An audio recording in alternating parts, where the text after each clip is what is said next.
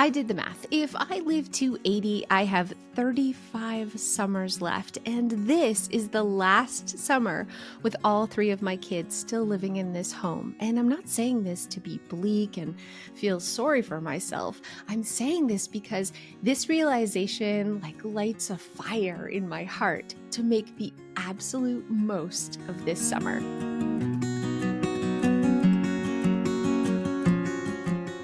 Hello, friends, and welcome to the Clutterbug podcast. I'm so excited to have you here today. It's going to be a short and sweet little chat that we're going to have, but I'm hoping while you're listening that you are thinking about what you can get checked off your list while you listen. So doing the dishes or putting away that load of laundry or those multiple loads, if you're like me, that have kind of been nagging you.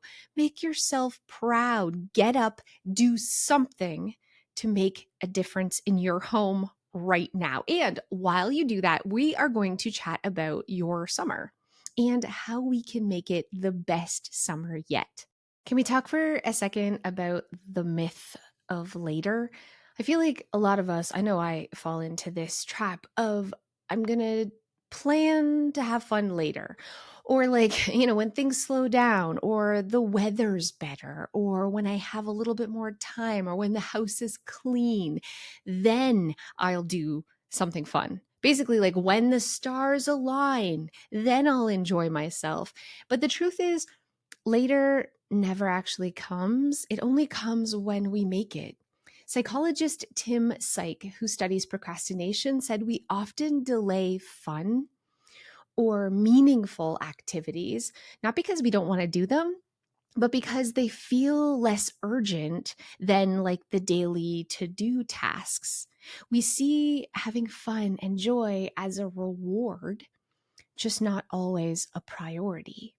So even though we really want to do all the beautiful fun things, somehow dishes becomes more important, cutting the grass, raking the yard, even organizing the garage. How is this coming above fun and actually enjoying our life? Research from the Journal of Customer Psychology found that people who schedule leisure activities and who schedule fun are significantly more likely to actually follow through and enjoy them, because not only does it create, excitement, but you've made a commitment. You've put it on the calendar. You've taken it from the someday I'd like to, wouldn't it be nice, and made it an actual task. You've made fun a to-do. And this is what we really need in order to follow through, right? For some reason, we think fun should be spontaneous. We think that if fun should just happen in a moment. But the reality is it has to be planned. We have to be intentional about it, just like we do with work, just like we do with organizing the garage or getting something done. Otherwise, it kind of becomes swallowed and suffocated in all the never-ending to-dos we have on our list. Stephen Covey, who I love so much, says, don't prioritize your schedule, schedule your priorities. And so I'm asking you right now, is having fun this summer a priority? Is spending time with your loved ones this summer a priority? The answer is probably yes. So, if you take nothing else from this podcast, I want you to actually open up your calendar and pick a day this week to do one small fun thing and enter it into the calendar right now. And I'm going to give you a butt ton of ideas of what some of those fun things are. I have a summer bucket list. I have a free printable. We're also just going to chit chat about ideas. And I want you to think about something if I say something and it resonates with you and you're like, yes, that would be amazing. That's the thing I want you to schedule this week. Or sometime this summer. Even something really small, but everybody enjoys different things. And I feel like something's going to resonate with you more than other things. Let's talk about making room for magic. Real magic. I think back to my summers as a kid, and I have vivid memories of stargazing. I have vivid memories of catching lightning bugs, fireflies. I used to love fishing. Think of your summers as a kid, what made them magical? What seemed like your favorite part of the summers? What are your best memories of the summer? And those are probably the things, that's the magical moments we should make room for this summer. Do you love camping? I do not love camping, but maybe you did. Maybe you could even camp in your own backyard. Um, did you love making popsicles with your mom? Just like freezing juice. Remember we used to do that? We used to freeze juice and like stick popsicle sticks in them. My mom did it even just in regular ice cube trays. Staying up way past your bedtime to watch fireworks. Right. Ask yourself, when's the last time you felt that type of magic in your own life? When's the last time you allowed yourself to play? For me, like, I can't tell you. We did not outgrow that child wonder, I don't think. I think we just stopped looking for it. We stopped having time for it, really. I think it's still in us. We're still those curious little kids who find the everyday things sometimes really special and magical, and we still have whimsy inside of us. It's just buried under laundry and dishes and cooking. So yeah, we have to be grown-ups and schedule it into our very busy calendar, but that's okay. This summer, I want you and I am going to intentionally create like small little pockets of joy. And I have some things that I am definitely doing, and I want to share what I'm doing with you and then also share some ideas for you. And let's just jump into it. So, this is going to sound silly, but I'm so excited about this. We have a big backyard that floods a lot. Every time it rains a lot, the entire thing's like under feet and feet and feet of water. So our grass dies because the water sits in puddles and we have just like all these muddy spots, and it's just a disaster back there. So a couple of weeks ago, actually, I was filming a video about, you know, treating yourself to a little staycation for the day. And I got a bunch of seeds, wildflower seeds, and I just sprinkled them all back there on the muddy, gross spots on our grass. No real rhyme or reason, okay? Every day I've been going out there and my seeds are sprouting, and I have literally thousands of little baby wildflower plants back there. It's not a huge patch, but I would say it's probably 30 feet by 20 feet, and it's full of what will one day hopefully be wildflowers. I don't know if they're going to make it, but it somehow makes me really excited. Like, it makes me feel so much joy to go back there and watch the babies growing. And it didn't feel like work because I didn't have to prepare the ground first, and I didn't have to like do any type of thing. I didn't have to build raised beds. I just literally ripped open some seeds and sprinkled them on the ground and left them. I know that sounds silly, but why I wanted to say this is because I do think, I remember as a kid growing things. I do think growing something can be a really joyful experience when we allow it to not be overly structured and put a lot of pressure on ourselves of what it's supposed to look like. What if you have a patch or a pot even where you just plant something and you don't worry about watering it all that off? You don't worry. You just, let's see what grows. For me, it is literally bringing me so much joy. Another thing that we did a few times last summer, it was my first time doing it, and I always said I wanted to, was go to a drive-in movie theater. The first time I took just Milo, and then I took Milo and Abby, and then even Joe and I went on just a date night. We brought our pickup truck and we put an air mattress in the back, and we backed into this drive-in movie theater. And it was so freaking cool. Okay. You could see the stars. I could watch the movie. I brought a little speaker, a little radio, so we could hear it in the back. We smuggled in snacks. We bought popcorn. And I know this sounds really silly, but I think it was $20 a carload, so it wasn't expensive. And it was one of the best things I've done in many summers. I have a bunch of ideas here for you, and I'm going to show you my summer bucket list. in just a second, and we're going to talk about that. But the point is, none of these things need to cost a lot. They just need to be on your radar. I feel like you just need to make your own bucket list, or you can download my bucket list. It's free. You can go to clutterbug.com and find the printables page, and you can just search summer and you'll find this summer bucket list.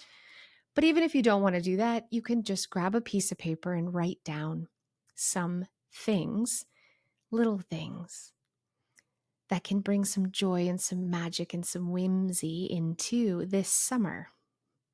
I don't want to focus so much like I only have 35 left as like a sad way. Does that make sense? Like, I don't want to be like, oh, dread and gloom, we're all going to die, it's coming to an end. But instead, like, I don't want to waste a moment.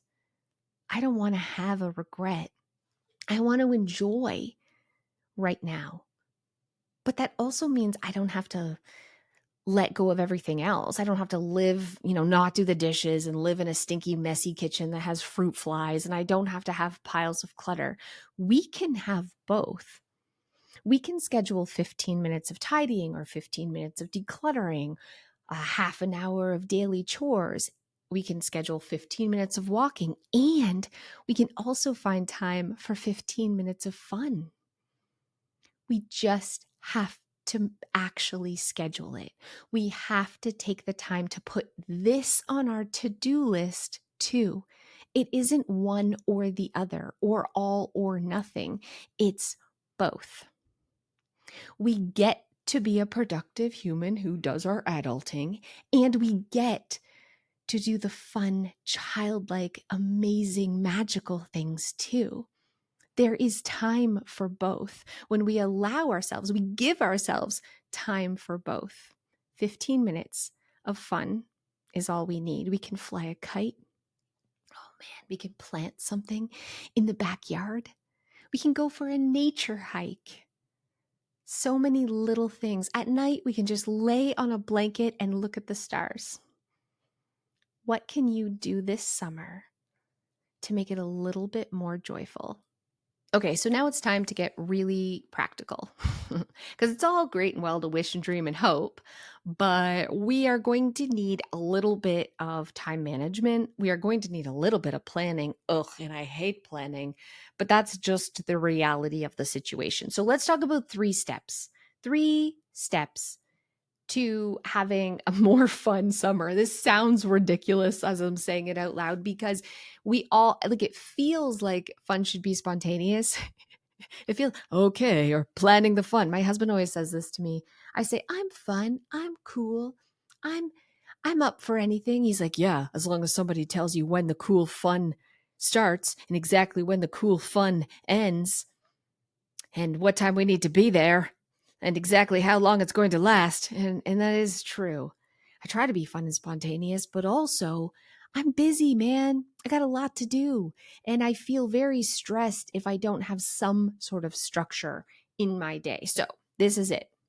We need some kind of rules, right? We can't just wait for it. That hasn't been working. We can't just hope. That hasn't been working. So let's do this 3-step plan to a more joyful, magical summer, so we don't feel like we've wasted even a moment. Step 1 is definitely a summer bucket list. Goals need ink to grow. Anytime you have a goal, you have to write it down in order to make it happen. We can't just think, hope, and wish and dream. We have to write it down to do. Goals need ink to grow. So I want you to actually create a bucket list. You can use mine. I mean, I guess that counts.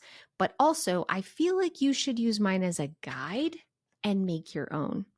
Grab a piece of paper and literally write down the things that you want to do this summer and make them realistic. Don't put go to Rome, buy a yacht, travel around the world, bake 1,000 cupcakes. Like, dude, pick go to the beach. Pick realistic things that even small things that you can fit into your everyday schedule. Things like I don't know, have a water balloon fight or go yard sale shopping one Saturday or Sunday morning. Build a sandcastle. Go pick berries. Oh my gosh, that sounds lovely, doesn't it? Catch fireflies. Go for ice cream after dinner. Go grab some ice cream. Play frisbee, make s'mores, go fishing, go play mini golf, visit the zoo. There are so many things. And maybe it is just make popsicles. There's so many things that you can do that are like you're going to do on a Saturday for a few hours, and even things that you can pick that are 15 minutes you can put into every day. Make your summer bucket list. That is step one. Camping, read a book in the sun, make homemade lemonade, finish that book that you started that you never actually got around to while laying in the sun and reading it. Ooh, doesn't that feel good, my friends? Okay. Step two, start putting things on the calendar. Literally, like, when are you going to the beach? What night this week are you going to lay in the backyard and stargaze? You have to put it on your calendar right now. So choose a few of these things from your bucket list that you write and literally schedule it. You can't wait until you have a free weekend. You can't say, well, I'm not sure. You have to put it in there now. If you have a paper calendar, write it on it. It's happening. If it's a digital calendar, put it in your phone. This is happening. You've wrote down your goals. Ink is growing them. Now it's time to schedule them, which is going to make you show up and actually do it and stick to the commitment. Now here's step 3. This is a very important step. Tell someone or invite someone to do it with you, because accountability makes all the difference. So tell your partner, tell your kids, tell your best friend, ask them to hold you to it, or even better yet, ask them to join you. Hey, can we do stargazing tonight? Or can we do stargazing this weekend? Or can we go to the zoo? Or can we go to the water park? Ask your friends, ask your family, ask your partner, ask your kids if this is something they want to do, and then put it on the calendar. Last Sunday, we went to the opening day of the horse races in a town where I grew up. I went to the horse races all the time when I was little with my stepdad and my mom, and they would give me $20, and each bet was $2, and there was 9 races, sometimes 10 races. So it was like I could bet I would pick the winning horse, or sometimes I would do like first and second or whatever. $2 a bet, and that's what I would get. I got to keep any money I won. I rarely won anything. This is one of the best childhood memories I've ever had. And I've been to Disney, and I did lots of cool things, and we went to water parks, but horse racing, I don't know. I know my parents took me gambling, but it was awesome. So I've always said I wanted to take my kids, but I just, I always like, it got away from me. I would think about it and be like, yeah, I definitely have to do that. And then I just never would. Izzy is 18. In 18 years, I never took my kids to enjoy the thing that I enjoyed so much as a child. So that was it. On Sunday, we went. Everyone complained in the morning. Everyone grumbled. Joe, even I was like, oh, do I really want to go to the horse races? I don't know. Like, it was a battle to get us all out the door. None of us were really feeling excited about it, but it was on the calendar, and it's something I really wanted them to experience. We all had the best time. It was so fun. My kids were so into it, screaming for the horses that they picked to win. They did win a couple of races. The excitement, we had fries, and it was just absolutely amazing. And we can't wait to do it again. It is very likely that when you schedule one of these cool things, part of your brain will be like, well, but I should probably stay home and clean the garage, or I'm feeling kind of tired. Maybe I'll do it next weekend.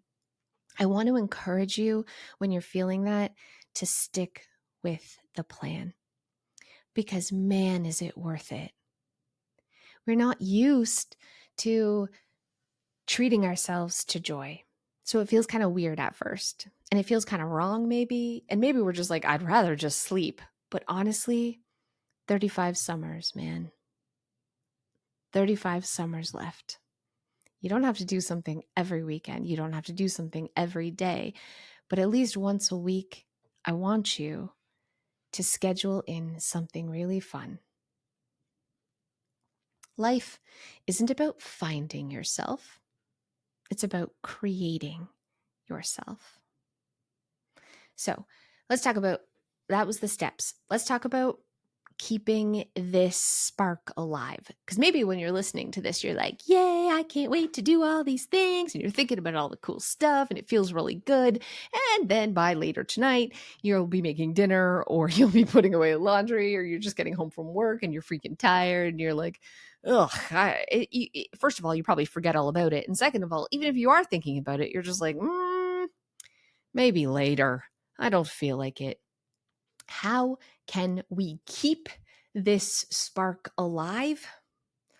I would love to see you do like a weekly fun planning session with yourself. Does that make sense? Like, keep it a ritual, make it a ritual. So maybe every Sunday you do family planning night, or maybe you just set a reminder in your phone every Sunday that just reminds you to ask yourself, what am I excited about this week? Like, we have to remember this feeling that you're feeling right now about like excited to enjoy and have fun and play.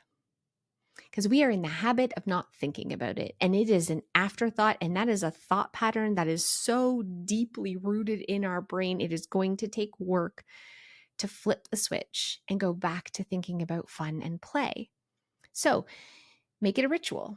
Think about it every week. Get excited about what's coming up this week. Every Sunday, take a look at your calendar and say, oh yeah, I forgot I scheduled this. I'm looking forward to this. This is going to be fun. So it doesn't just pop up the day of and you're feeling kind of like blindsided, like, oh man, I'm supposed to go stargazing and I'm exhausted. Know ahead of time this week what's coming up so that maybe you go to bed a little earlier the night before. Plan for it. It's important. Live like you mean it, my friends. Live life like you mean it. Okay, so let's just wrap this up because I want you to go do something fun. That's what I want you to do right now. I want to keep this a short and sweet podcast because I want you to leave right now and go do something small, even if it's make a bucket list. Like, write it down. Maybe you're halfway through the laundry. We're pausing. There's more important stuff to do. And that is plan something fun. And if you have something in mind that's fun that you could do right this moment, go do it. What's stopping you from going to the zoo right now? What if right now you could go to the movie theater and watch a movie by yourself and leave the laundry? What if right now you could, I don't know, go outside and just look at clouds for a half an hour or go sit in the sun and read that freaking book? You can do the dishes later. I know it's all about being an adult and being productive, but part of being an adult is, and part of being productive even, is productively playing too. Don't forget to do that. Do it right now. And if you really don't have time because you've got other things scheduled coming up very quickly, maybe you're some go-getter on the treadmill about to go to your important 9 to 5, fine. What are you doing right after work? That's fun. And at the very least, please write your bucket list, or you can download that bucket list for free at clutterbug.com. Go to the printables page and search for summer bucket list. It's time to play, my friends. You've only got limited summers left. Let's make the most of them.